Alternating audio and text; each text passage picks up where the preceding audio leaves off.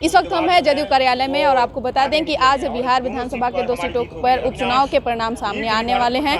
लेकिन उससे पहले हम आपको बता दें कि राजद की तरफ से जो है काफ़ी उत्साह देखने को मिल रहा है। वहीं जदयू में अब बात करने के लिए हमारे साथ हैं जदयू के प्रवक्ता अरविंद निषाद जी और इनसे मेरा सवाल है क्या लगता है कि दोनों सीट पर आप चुनाव जीत रहे हैं?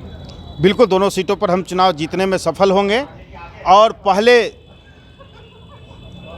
कुशेश्वर स्थान में राष्ट्रीय जनता दल आगे थी, लेकिन अभी आप देखिए कि कुशेश्वर स्थान में जदयू आगे है। हम तारापुर में जरूर हम पीछे हैं। ठीक नहीं, ठीक वही स्थिति कुशेश्वर स्थान वाली स्थिति होगी, वहाँ भी हम आगे हो जाएंगे। जैसे कुशेश्वर स्थान में हम पीछे थे, हम तारापुर में भी आगे हो जाएंगे और दोनों सीटों पर हम विजयी होंगे। लेकिन अरविंद जी, ये कैसे आप कह रहे हैं? आपने तो विकास का काम किया, नीतीश कुमार जी घूम घूम करके प्रचार में करते चले, ऐसे किए, ये काम किए, लेकिन जनता विकास के आधार पर ही, विकास के पैमाना पर ही राज्य के मुख्यमंत्री के पद पर चौथी बार आसीन है आदरणीय नीतीश कुमार जी। यह जनता का ही आशीर्वाद है कि वो आज लगातार कुर्सी पर काम कर रहे हैं, मौजूद हैं और जनता की खिदमत कर रहे हैं, सेवा कर रहे हैं।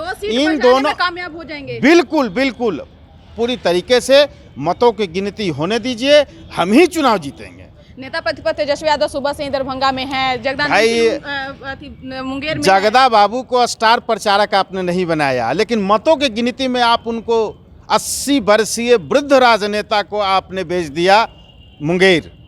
सबसे पहला तो उनको इस प्रश्न का जवाब देना पड़ेगा कि आप उनको स्टार प्रचारक नहीं बनाते हैं, लेकिन मतों की गिनती में 80 वर्षीय वृद्ध राजनेता को आप मुंगेर भेज देते हैं। लेकिन देखा जाए तो आरजेडी के जो भी नेता हैं, कार्यकर्ता हैं, उनमें उत्साह देखने को मिल रहा है। जदयू में ऐसा कहीं नहीं देखने को मिल रहा है। बिल्कुल उत्साह, क्या मैं उत्साहित नहीं हूँ? आपको नहीं लग रहा है कि मैं उत्साह में बात कर रहा हूँ आपसे? बिल्कुल उत्साहित है जदयू कार्यकर्ता, मैं स्वयं उत्साहित हूँ और दोनों सीटों पर हम जीतने में कामयाब होंगे, पूरे भरोसा विश्वास के साथ मैं आपको कह रहा हूँ। क्या लगता है कि जिस तरह से नेता प्रतिपक्ष तेजस्वी यादव ये कह रहे थे कि हम दोनों सीट भी जीत जाएंगे और सरकार बनाने में भी कामयाब हो जाएंगे, तो क्या ये मंसूबे पूरे होंगे उनके? कौन सा गणित है उनके पास? कौन सा गणित है? ना गणित की जानकारी है, ना मैथमेटिक्स की समझ है, ना उनके पास जादुई आंकड़ा है। जब जादुई आंकड़ा आपके पास नहीं है तो किस प्रकार से इस तरह की बातें आप कर रहे हैं?